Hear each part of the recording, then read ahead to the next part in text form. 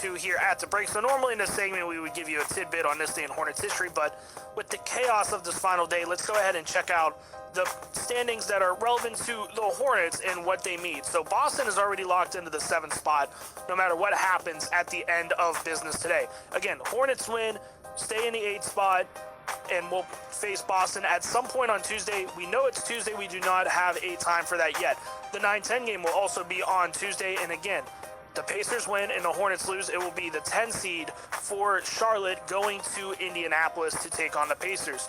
The Pacers fall, the Hornets fall, it will be a 9-10 matchup here at the Hive on Tuesday at some point. With all that said, we're looking ahead at the great unknown moving forward, so we don't know who we will see, but we do know it will be on Tuesday, so we'll have more obviously as today unfolds and as this game and the rest of the games at 1 o'clock unfold as well. Let's go ahead and check out the first half. Hornets coming out with a great start. Started out the game on a 14-4 run. Charlotte was 6-3 from beyond the arc, and P.J. Washington had a major play in that. Throws it out to the wing to Rozier, into the corner, Washington for 3. Yes, sir! P.J. Washington. Hornets, first time that they scored 35 points in an opening quarter. This is the first time that they scored 35 or more in a first quarter since April 18th against Portland. That was a 44 spot in that 109-104 win at the Hive. Charlotte puts up 36 points in the first quarter to make it a 14-point lead going into the second frame. P.J. Washington, 11 points, 4 or 5 from the field, including 3 or 4 from beyond the arc.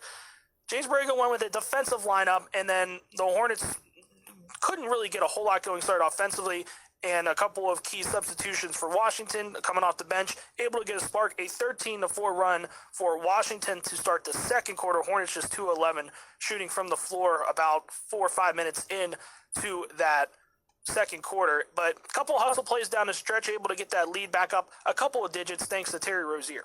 Step back 3 on the way, no rebound, Gafford. And his pass stolen away by Rozier to Bridges, back to Rozier, back to Bridges, loads it up, 4-3, yes sir, rip the net cord, Miles Bridges. Big quarter for Terry Rozier, saw that steal there, he has 14 points, that's a game high so far, only 2 of 3 from beyond the arc, but very efficient, 5 of 10 from the floor as a whole. Bradley Beal trying to give it a go, I commend him, I just don't know how healthy he is. He came up gimpy a little bit a couple times after taking some contact. Just 2 of 11 from the floor. He started the game 0 for 6.